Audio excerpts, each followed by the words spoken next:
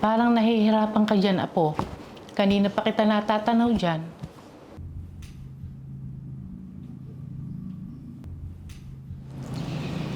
Kasi po, Lola, birthday po kasi ng friend ko. Hindi ko po alam kung anong mas bagay po sa akin dito sa dalawa eh.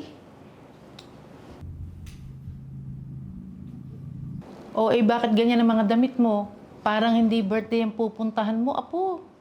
Lola, ito po kasi yung uso ngayon. Hindi po babagay sa akin? Apo, kahit hindi mo pa naisusukat yung mga yan, bagay na bagay sa'yo yan. Pero, kapos naman sa tela yung mga yan. Ayaw niyo po ba nito, La? Hindi naman sa ganun, Apo. Halika, may papakita ko sa iyo. Ito ka doon.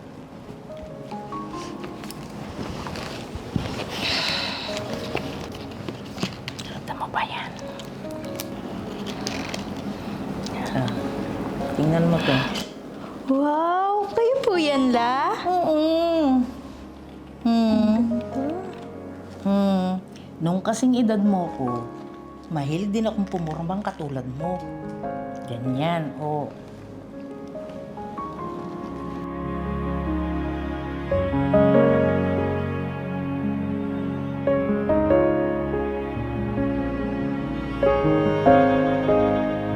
Lola, ang ganda niyo po, sobra.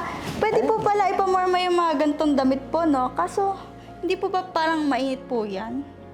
Sabi nga nila, tiis ganda, di ba? Saka oo naman, pwedeng-pwede kang magsuot ng mga damit na hindi ka po sa tela. Opo, La. Ay! Naalala ko nga po pala, may ganyan din po akong damit binigay po sa akin ni Mami eh. Ay, teka lang po, kunin ko po. ha. Sige.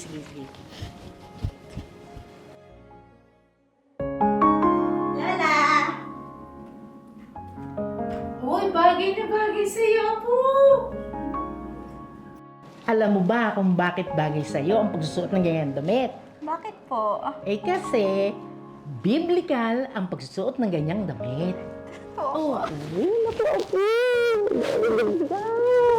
Dapat laging ganyan. Na, ikat ka nga. Bagay talaga sa'yo.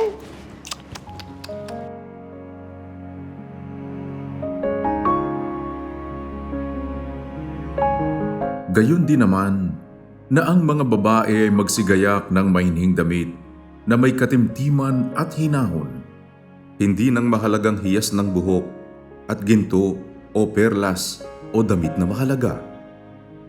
Unang Timoteo 2:9